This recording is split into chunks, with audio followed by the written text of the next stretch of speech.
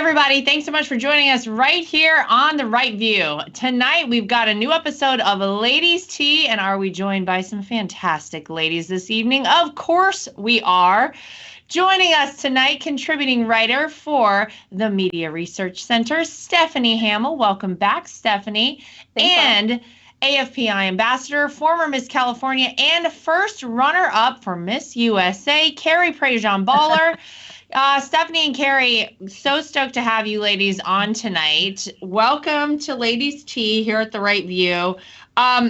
There's always so much to discuss, and I think currently what I hear a lot of people talking about is that our incredible president, I say that as sarcastically as possible, Joe Biden, Carrie, couldn't make it to Ohio to talk to the folks in East Palestine who have dealt with the really terrible conditions after the train derailment that happened a couple of weeks ago. Biden hasn't gone, Buttigieg hasn't gone, no one from the administration has bothered to take their time to go see these people and find out what they might need. He did, however, instead of taking the hour trip or so from D.C. to Ohio, he took a 10-hour trip instead from D.C. to Ukraine to pledge $500 million of American taxpayer support for Ukraine. What do you think of all that? I'm wondering if Hunter Biden is tagging along with him. Oh, good question. But what's crazy about it is your father-in-law, former President Trump, is planning on going there. The President of the United States, nowhere to be found. He's afraid. What is he afraid of? I mean, I know you are a huge animal lover, Laura. I am too. Not only are the people affected, but these poor animals. Oh. It is so heartbreaking to see what is going on there. I mean, I literally was in tears. And to think that our president won't show up for the American people, it is a disgrace. It is, guys. It's so sad. I mean, imagine, we all see this stuff on TV and online, Stephanie, but to actually think about like having your dogs or cats outside and then they're just dying because there's some sort of hazardous material that has been unleashed in, your town in Ohio. It's absolutely horrific. The people are being told, by the way, that the water is safe to drink, but maybe they should just drink bottled water for the time being, just to add an extra layer of precaution. Meanwhile, Norfolk Southern, who's the people who run the train, apparently giving $1,000 per resident to the people of Ohio. I don't know. Does it feel like that covers it for you? Because I feel like maybe they ought to be pretty careful with taking money and maybe signing something when they take that kind of money. Yeah, there's so much to unpack with what's happening in East Ohio, but I will say it is so heartbreaking to see what the people are going through, what their pets, their livestock are going through. And a lot of people, unfortunately, don't have the means to just pick up and leave. Because a lot of people are watching like, well, why don't you get out of town? The water is like rainbow colored. Clearly, there's something going on there. If your lungs hurt when you're breathing, that is a problem. Don't believe what Norfolk is telling you. Don't believe what the government is telling you. You need to like understand what your body's trying to tell you. And when you see your animals dying, that is a warning sign. And as for Biden, when I woke up this morning and was listening to the news, I'm like, what? He's in Ukraine?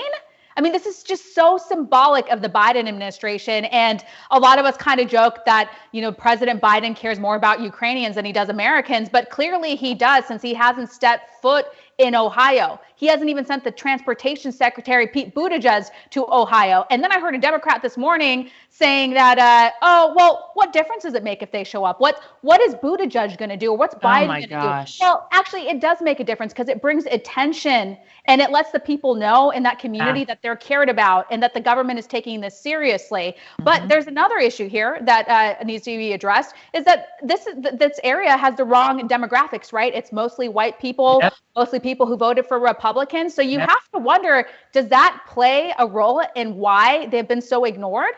Yeah, I mean, I hate that we even have to ask a question like that, because the president of the United States and his entire administration and cabinet should be looking out for the well-being of every single American, no matter if those people voted for you or not. That should have zero bearing on it. You are the president for all people, and your administration is there to serve all Americans. But it does beg the question. I wonder what would happen at this point, though? I mean, look, Buttigieg certainly screwed up by not going. Biden certainly screwed up by not going. What do you think would happen at this point, Carrie, if Pete Buttigieg, the transportation secretary, dared to step foot in East Palestine, Ohio, after all these people have dealt with, after being totally ignored? And then, I mean, heck, maybe he could go on Wednesday with my father-in-law, who is actually acting like the president of the United States, that for so many of us he continues to be. I don't know that Buttigieg at this point can even step foot there now, because people are probably pretty pissed off with him. Yeah, I'd like to see who greets Buttigieg if he decides to go versus the crowds that are going to greet your father-in-law, President Trump, if he decides to go. It is a national embarrassment. This administration is just one, every single day there's another bombshell being dropped at the lack of the leadership of this president. And I want to call on Buttigieg right now to show up and drink the water and really prove that water is not contaminated and it's not going to kill people, because those people are sick right now. There's so many people that are not feeling well. They're having migraines. Their tongues are swelling. I mean, this is so serious what's happening, and we cannot just abandon our people. But yet Biden's going to Ukraine. Yeah, well, and you know what? You're right to talk about the embarrassment.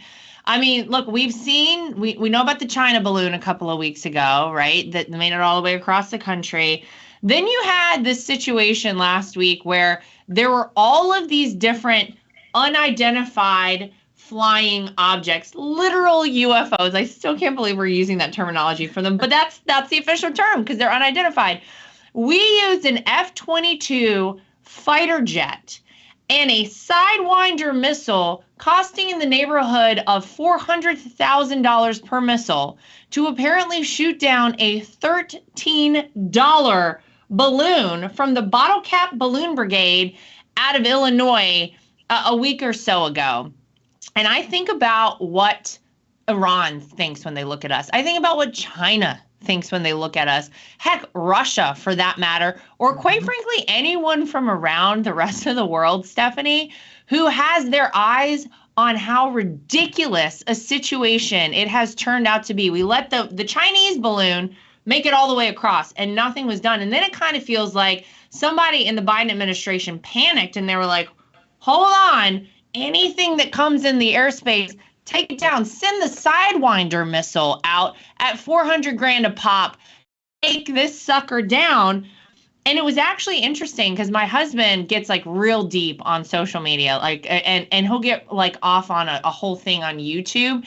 And apparently he found some fighter pilot, I think he's a former fighter pilot, who's talking about how difficult it was for the pilots to shoot down the balloon, because the balloon is actually moving with the wind. So you think about it, it's like moving at like less than a mile an hour. And when you're at 60,000 plus feet, where these fighter jets are flying, the air is so thin, they can't slow down. They have to go fast, otherwise they would come out of the sky. So think about going like, Mach 2 or whatever they're doing, and then you've got the balloon. They had to use this crazy missile to shoot it down because they couldn't even, a bullet couldn't get it. They were going too fast past this thing. It's just all absurd. And I'm always wondering, are we being given all this nonsense to take attention off of the real problem so that people forget about inflation and our southern border? What do you make of all of it? It's a circus, and the messaging from the White House is really concerning, and it leaves you with more questions than answers. I mean, from my understanding, they haven't even actually recovered these so-called weather balloons or whatever they were. And then they also try to downplay it. They're like, oh, well, it wasn't really that big of a threat. Well, then why did you waste so much money of our taxpayer dollars on eliminating those from the sky? And then they say, oh, well, a lot of these things, including the spy balloons, those were floating around during the Trump administration, as if that's supposed to make us feel any better. Also, there was no mention of that before. And I've also heard interviews of people that worked in the administration that said that's actually not true. But either way, it doesn't make things better. We have Biden in office right now. He needs to make decisions. You don't let a Chinese spy balloon float across the country, gathering intel along the way, and then shoot it down when it's convenient. You stop it before it even gets through Alaska. But they didn't do that. And then these other balloons, I mean, it's just become just like a giant joke. And the Chinese government, they're laughing about it, as you pointed out, and our enemies and even our allies, they're all watching and they're taking notes.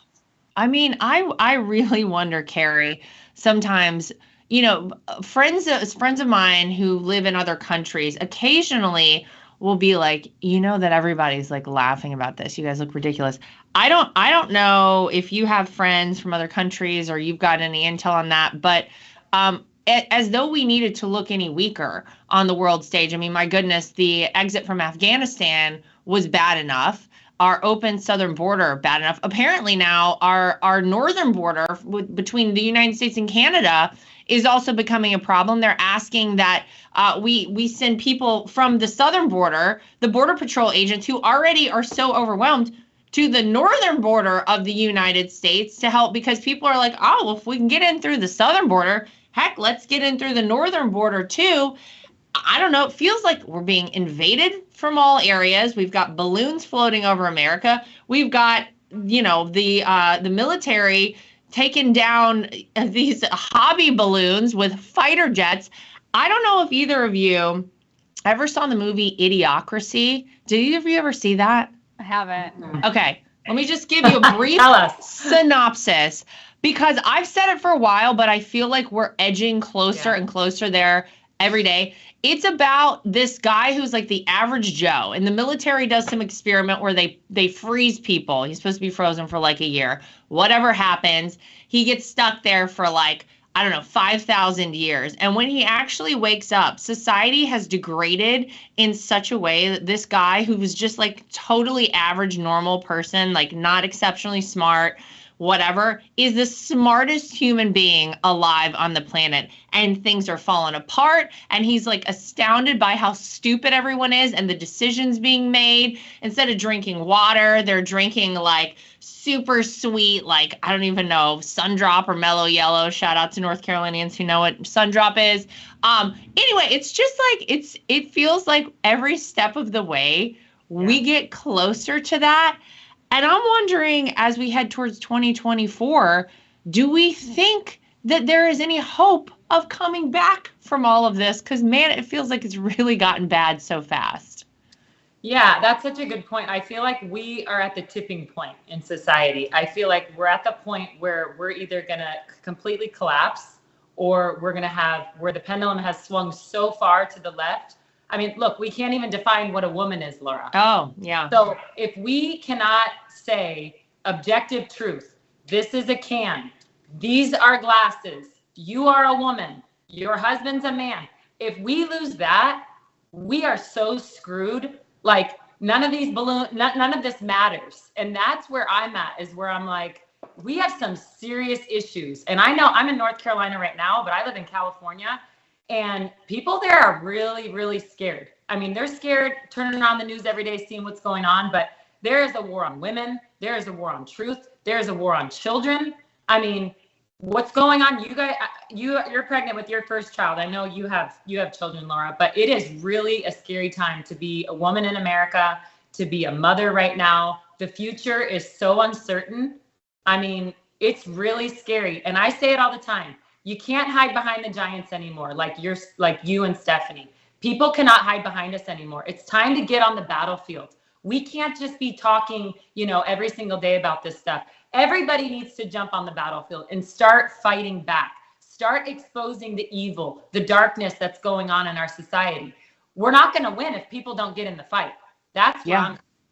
Yeah, I think you're right. And I think a lot of people probably feel that way. Yeah. It's been sort of easy to sit back and, take it all in and say, well, this looks crazy. But it feels like it's getting a bit out of control at this point. And Stephanie, Carrie just brings up a great point. You are pregnant right now. Yeah. When are you due again, Stephanie? I'm due at the end of May. So at the end of May. Up soon. Oh my God. I know, girl, you are at the end. You're like, get this sucker out of me. I mean, at that point you got a little ways to go, so we won't get you too excited. But how are you feeling about bringing a child into the world? I mean, my kids are still young and, whatever, but how does it feel right now? And what do they call it instead of a pregnant woman? What are you called? Birthing people. A birthing person. People. How does it feel to be a birthing person right now? So offensive. Yeah, part of the reason why I moved to Coeur d'Alene, Idaho full time was because I figured this would be a better place to raise a family. I was living in California. I had a talk show at One American News Network. But as I'm getting older, I'm like, okay, this is time to have kids. Let's do it. We're going to move to Idaho. We're going to raise kids here. But I will say, as Carrie was pointing out, I mean, like this wokeness nonsense is spreading. It's like a brain eating disorder. And I even see the wokeness in Coeur d'Alene, Idaho.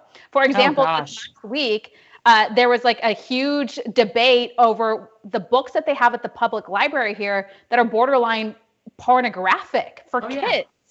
So, I mean, you can't even escape it. I mean, it's infiltrating the very red area of Idaho. And Carrie is so right. It's important to keep talking about it. And I'm hopeful. And that's why I'm part of this effort to keep speaking out against it, is because we have to turn this around. And you do see people waking up and it's not all over the place. I mean, there are a lot of normal people and, we're just so bombarded by social media and the media who try to normalize all this stuff, and we're hit with it all day. So we think maybe it's bigger than what it is. But then we see things like from the Biden White House just yesterday, the Department of Defense talking about, their new diversity efforts and everything else. It's like, well, we need you to focus on national security.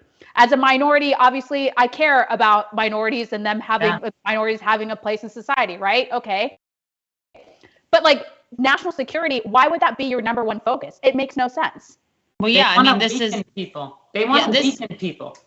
This is why our borders are, and I say that with a very loose representation of borders are, because it's Kamala Harris. And we were told very early on by Joe Biden and his whole team during the campaign in 2020 that his choice for vice president was based solely on how Kamala Harris looked. The fact that she was a woman and the fact that she was a minority woman, those were the main drivers for choosing her as vice president.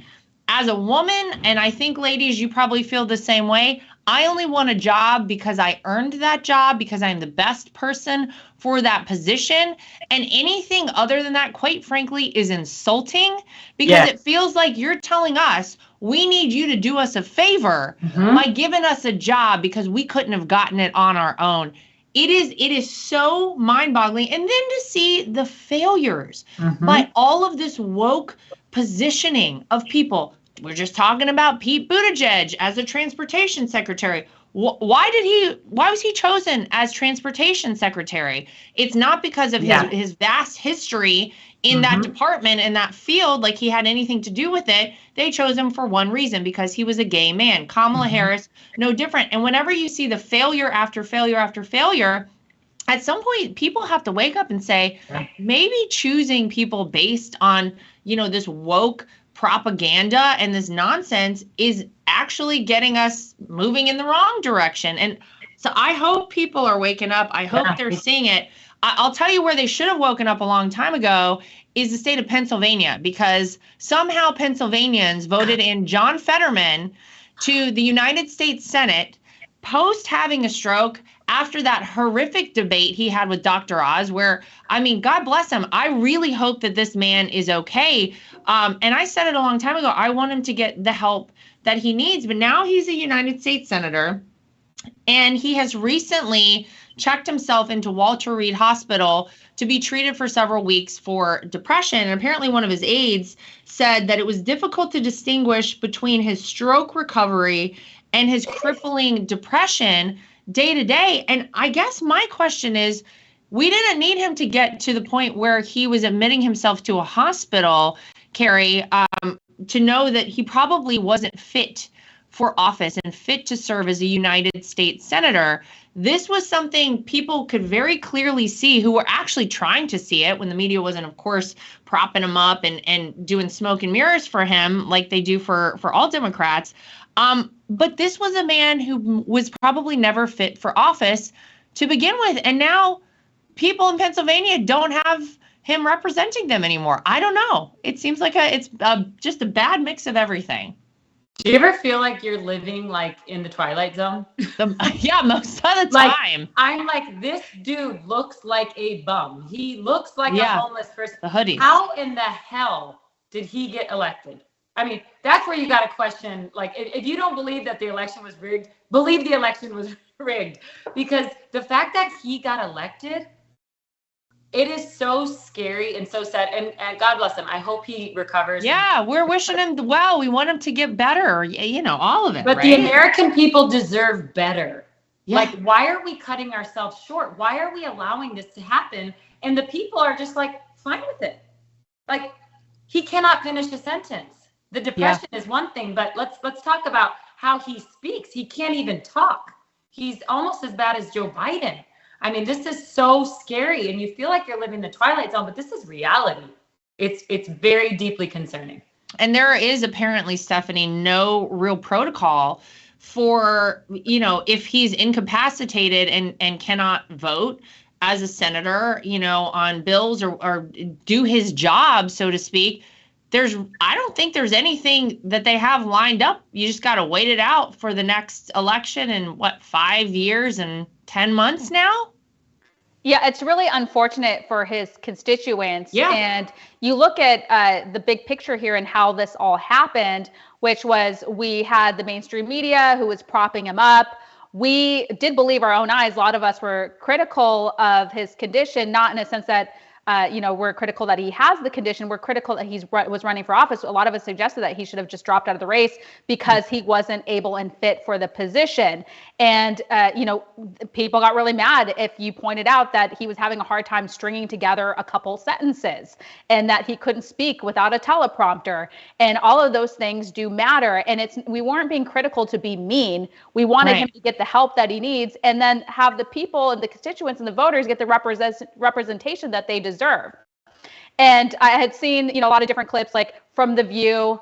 The women of The View were saying, oh, well, he'll be better by January. This was, many months ago when he was running. So don't worry about it. It'll be okay. So now come January, and now he's actually in worse condition, it seems like, than he was to begin with. And then they still get mad that we even talk about it. Yeah. But, if it was a Republican or somebody else, then, they like to speculate about health.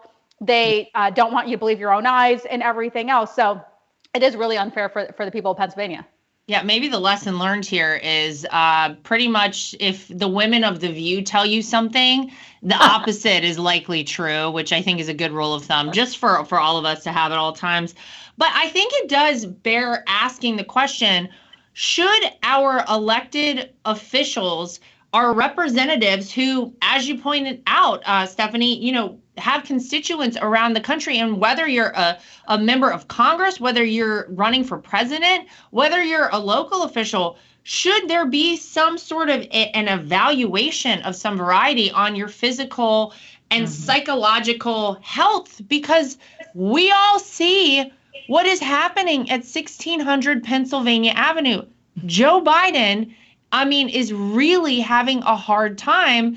And a lot of people can compare the Joe Biden of today to the Joe Biden of 10 years ago or even 4 years ago. You even look back at some of the things that Joe Biden was saying back when he was campaigning, and they hit him as much as humanly possible in 2020. And he's worse off for sure than he was even in 2020. So I don't know, Carrie. I don't know if we should start having an evaluation. It seemed that like at some point it would happen because you would have debates and the American people could very clearly see as these two individuals, at least for president, were out on the stump and campaigning their fitness for office. But, we've had situations like with John Fetterman where he's being hidden and he's not allowed to really come out and talk to people. I think he did a handful of campaign events. Or you look back at Joe Biden. Of course, they used COVID to hide him away in the basement. But it does bear asking, should there be some kind of test? I don't know. Absolutely. And I know he just went through his health evaluation. But oh, what a joke that was. Yeah, that was a joke. Yeah, it's really serious. I mean, a guy that is totally incompetent, number one. And then two, you know, when he speaks, he can't even read a teleprompter. I mean, I'm not being mean. I'm being realistic. Like, this is so sad what's happening. This is the leader of the free world. I mean, this is so serious. And I think people are just counting the days until President Trump is back in office. We get our life back. The economy needs to start booming again. I mean, we're in a really bad place right now in our country, and our adversaries are laughing at us. Oh, I just, yeah, it's all so sad. I'm just hoping that, Stephanie, by the time you bring a beautiful baby into this world, I'm hoping we're on a better path, but it's only May. We don't have that kind of time. Come on. I know. For now, we're planning on homeschooling. Like, we're just not going to do public school for now. But, you know, I'm hoping, and I'm going to be positive and optimistic that we're going to see a turnaround at some point. Because, you know, why are we out here speaking and talking and fighting the fight if we don't really think anything's ever going to come of it? And I think eventually there will be a turnaround and a correction. There was one more point I wanted to make about Fetterman. He had a doctor sign off on his condition saying that he was like totally fine to run for office, and that there was no reason to be concerned about his health. And that doctor happened to be also a donor of his. So I just want to put that out there. Yeah. Imagine that. I wonder how that happened. It's very strange how that all worked out. Well, look, we all know inflation is still a thing. It's a big problem for a lot of Americans. And despite the balloons and the fighter jets shooting things out of the sky and Joe Biden giving all of our money to Ukraine, it is a big deal. But the Wall Street Journal says maybe we should be skipping breakfast to save money. So you could just skip some meals out there, apparently, if it's getting to be a little too pricey for you. I don't know. I don't think that's really a great way to do things. I think people would like the choice as to what they do when they eat, if they're hungry. But it does bring me to another point, which is, and it happened to me today. It happened today when I went to pick up lunch for myself. Americans are fed up with tipping, ladies. And I don't know what kind of experiences you've had lately. And I'll caveat this whole thing by saying that for a big chunk of my life, I was a waitress and I relied solely on tips. And I have the utmost respect for anyone in a service industry because, man, it is tough. People are horrible, and you got to keep a smile on your face and do a tough job, and you work horrible hours. And I'm a great tipper when it is warranted, but I don't know what the protocol is. I went today to pick up some food. It was prepackaged literally in a refrigerator. And I go up and the girl scans it, and then she does one of these things, you know, where they flip the iPad over, and she's like, and just sign here. Meanwhile, it's got 3 options at the top: 20%, 25%, and 30% tip. I'm like, I pulled this out of the refrigerator myself and handed it to you. Did you make this earlier? What are we supposed to do? And I always am like, oh my God, there's so much pressure. I got a tip. So I hit something, or you have to do, if you decide you put your own tip in, it takes forever. I mean, Stephanie, Carrie, help me out. What are we doing? Am I crazy? Is there too much pressure? You should have been given a tip. I should have been given. I got it out of the fridge. Yeah. It's this idea, like, the left ruins everything. It's the idea that you just get money for doing nothing. Like, you know, free everything, free tips, free everything. Like, people don't work anymore. That's the problem. They really don't. They want a tip for flipping the computer. That's literally where we're at. That was it. I mean, she got me. I think I gave her like $2.10 or something. No. I know. She got me. Yeah, I noticed this too. And there's been like a lot of memes on social media over it. And it kind of puts the customer in an awkward position, as you pointed out, because I understand somebody's the goal. Like, they want us in that position, Stephanie, so that we're like, 30% tip. For what? Inflation is tough. So business owners are shifting, you know, the burden that they're experiencing back onto us. And that's usually what happens, right? It's not like business owners are going to take less of a profit if they can even afford to do that, they end up just pushing it onto the consumer. And so, we see them flip over the screen. They give you the options. You can sometimes type in your own tip because they put the options so high. I think one time I bought a piece of pizza from a street fair and they handed it to me. And then the tipping options, I just hit the lowest one, but it was like a $12 tip for the pizza. Yeah, I was like, oh my God, that's so expensive. Exactly. And I feel bad. I always tip just because as you pointed out, I know what it's like. My first job when I was 16 was a hostess at a restaurant. And I remember I used to do to-go orders, and anytime anyone even just gave me a few dollars, it like made my day. Yeah, but that's work. Like you had to work. You had to answer the phone. You had to take the order. I mean, these people want money for doing nothing. Run to their car. Wait, what was your first job, Carrie? I worked at a pizza place too, and I was a hostess also. And I remember I was like begging to be a server because I wanted to earn that tip. And you had to be like a great server. You had to greet the customers. You know, Laura. Oh, yeah. You had to earn that tip. Whatever happened to earning our dollar? Like, I mean, nobody wants to work. You're right. You're exactly right. Nobody wants to work. It's so much. Actually, my technical first job was my parents had a car wash when I was growing up. And I don't want to get anybody in trouble, but I probably wasn't like supposed to officially be working there when I was working there, but we worked for tips too, because when the cars would come out, you would pull them out and then you would dry them and do the, tire gloss and like the whole bit. Let me tell you, I can clean a car. Don't even try me because I will do it. That's where you get your nice muscles from, right? Well, that's part of it. And I learned how to drive a stick shift working at the car wash, which is also, you can add that into the lost art of the next generations approaching us. Now, people today look, from now on, nobody's going to know how to drive a stick shift. What really upsets me actually is that the really expensive cars, like the Lamborghinis or Ferraris or whatever it is, that none of them even have a manual shifter anymore. It's like paddle shifting. I don't know. Maybe there's something wrong with me that I even care about that sort of thing. But there's a lot of unnecessary tipping.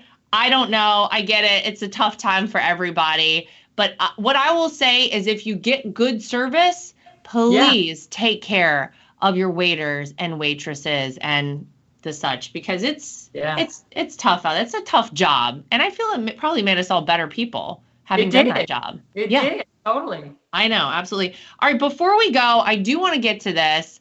Obviously, we have some people jumping in the 2024 race for president.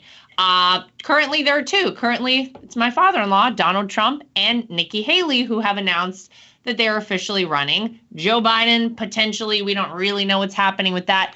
The one that I'm really stoked about, and I hope she does it, you may remember Marianne Williamson from the 2020 campaign. And I got to tell you something. You could say what you want about this woman, but I was really into all the crystals and all of that stuff. And if you recall, Kamala Harris, our current vice president of the United States, Stephanie, dropped out of the race before Marianne Williamson. So I'm just saying she could be a contender. Is there anyone who you have top of mind that you'd like to see on the Democrat side run, aside from Marianne, because I'm all for that.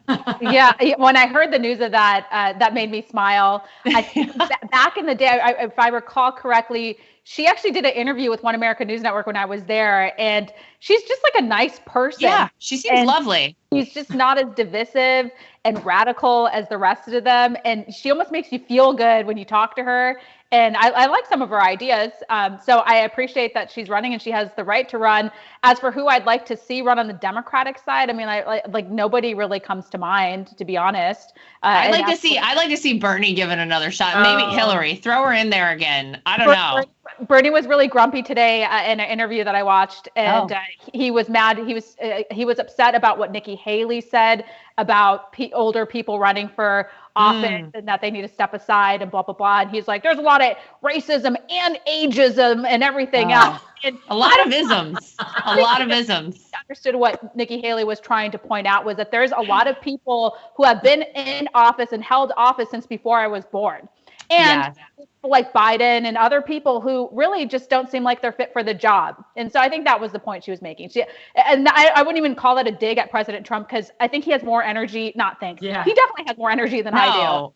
Listen, he's like a machine. He obviously is a certain age, but there is a huge difference between Donald Trump and like a Joe Biden. I mean, it's so night and day. You can't even compare the age.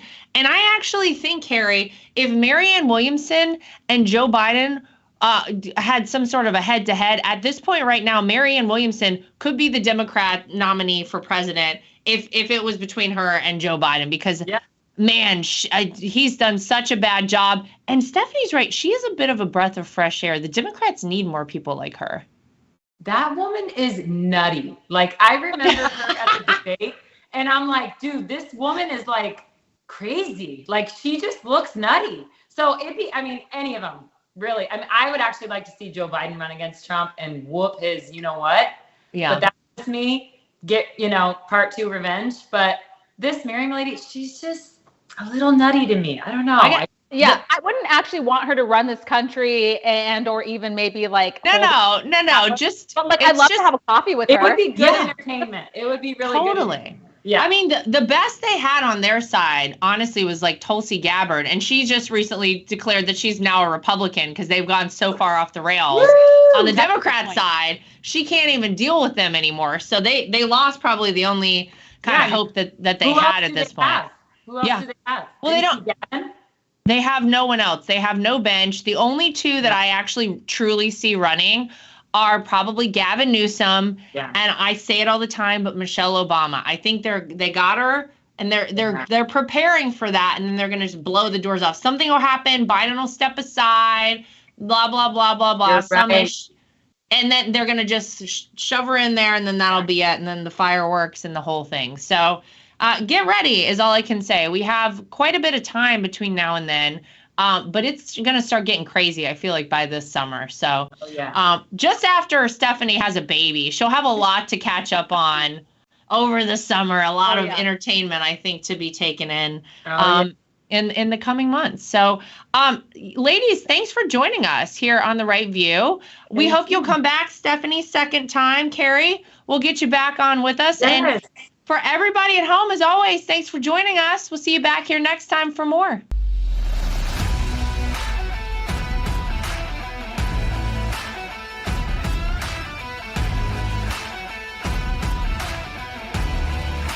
At The Right View, we're very proud of the fact that we are independent. We get to say everything that we think and everything that we feel. We have no woke companies guiding us or telling us what we can and cannot say.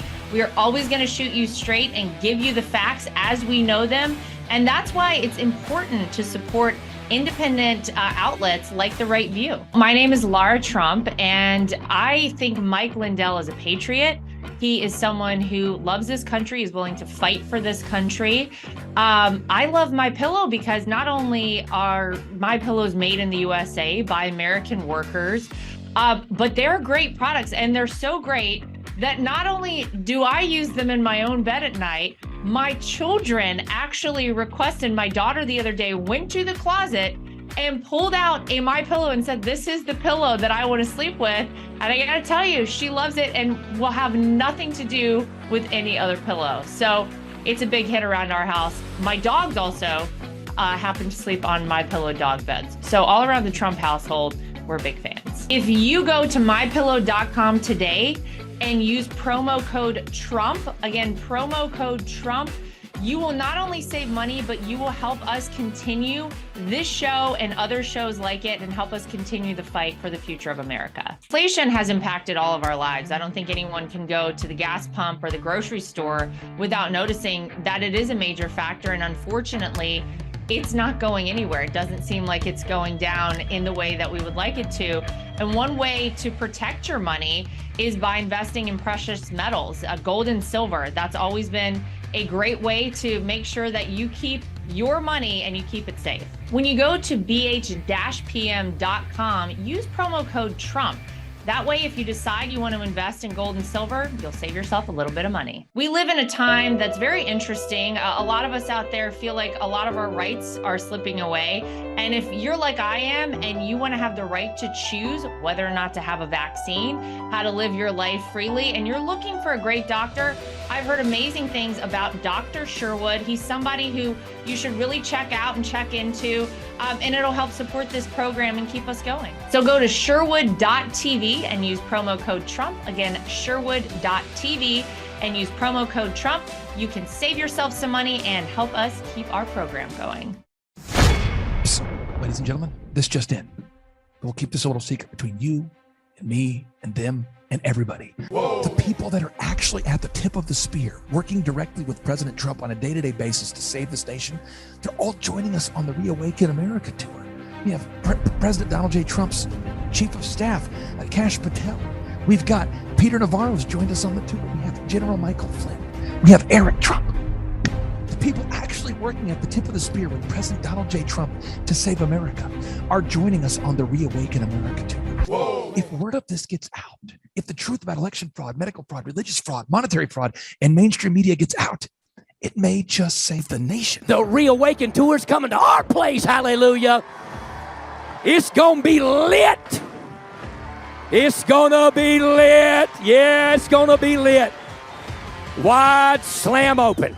And now, ladies and gentlemen, on May 12th and 13th, the Reawaken America Tour is coming to Miami, Florida, and to the beautiful Trump Doral Resort and Golf Course. Once again, ladies and gentlemen, the Reawaken America Tour is coming to Miami, Florida on May 12th and 13th. Get your sunscreen ready because General Flynn, Mike Lindell, Amanda Grace, Julie Green, Pastor Dave Scarlett, Dr. Judy Mikovits, Kash Patel, and Team America are taking the Reawaken America Tour to Trump Doral on May 12th and 13th. And then we're taking the God-fearing, revival-starting Reawaken America Tour into Sin City. Yes, ladies and gentlemen, we are taking the God-fearing Reawaken America Tour to Las Vegas, Nevada on August 25th and 26th. General Flynn and Team America will be taking the Reawaken America Tour to Las Vegas, Nevada. And the Patriots will be staying together at Trump International Hotel, Las Vegas, located at 2000 Fashion Show Drive, Las Vegas, Nevada, with zip code 89109 if you want to send them a letter. And yes, Alex Jones will be live and in person at the Reawaken America Tour, Las Vegas, Nevada. Once again, ladies and gentlemen, put it on your calendar. Get those tickets right now. August 25th and 26th. Eric Trump, Dr. Peter McCullough, Mel K, Dr. Stella Emanuel, Owen Schroyer, Alex Jones, Seth Holhouse, Pastor Mark Burns, Pastor Leon Benjamin. We're all taking the Reawaken America Tour to Las Vegas, Nevada, ladies and gentlemen. Las Vegas, Nevada. And that's going to be August 25th and 26th. Thus far on the Reawaken America Tour, we've featured Dr. Dave Martin, the late great Dr. Vladimir Zelenko, Charlie Kirk, Donna Clement Petruska, Sean Foyt, Karen Kingston, Chad Prather, Robert F. Kennedy Jr., Dr. Alan Keyes, Mickey Willis, Roger Stone, Dr. Richard Bartlett, and hundreds of patriotic speakers that you know, including Del Bigtree, Thomas Renz, Sidney Powell, Jim Caviezel, Donald J. Trump Jr., Peter Navarro, Klaus Schwab, Yuval Noah Harari, Bill Gates, and the godless globalists have their annual meeting called the World Economic Forum at Davos. But we that reject the Great Reset have the Reawaken America Tour coming to Miami, Florida, and coming to Las Vegas, Nevada. Get those tickets at time2freeamerica.com. That's time2freeamerica.com. We have scholarship pricing to make these events affordable for everybody. Every Reawaken America Tour event has sold out, so request those tickets today at time2freeamerica.com. That's time2freeamerica.com. Or for faster service, you can send me a personal text to 918-851-0102. That's 918-851-0102. And to be bilingually sensitive, that's 918-851-0102. We hold these truths to be self-evident. All men and women created by you know the thing. We will shut you down. We will cite you, and if we need to, we will arrest you and we will take you to jail. Period. I wasn't thinking of the Bill of Rights when we did this. But no amendment to the Constitution is absolute. God actually spoke to me. He spoke about sacredness. He said to me, Kim, what I place in many, many people is sacred. And if anybody touches what is sacred to me, then it is the end for them. So what I've done in the United States of America is sacred. And there are people on every side that are trying to destroy what I deem sacred. And it's not going to happen. This is the definition of criminal conspiracy, racketeering, and collusion. This is not a theory. This is evidence.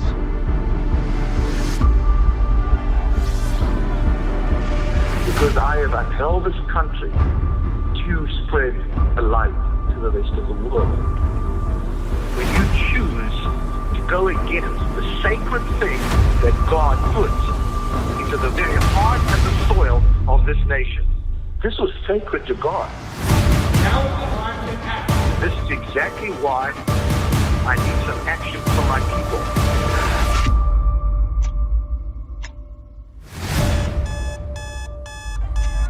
Hello, everybody. It's an honor to be with you.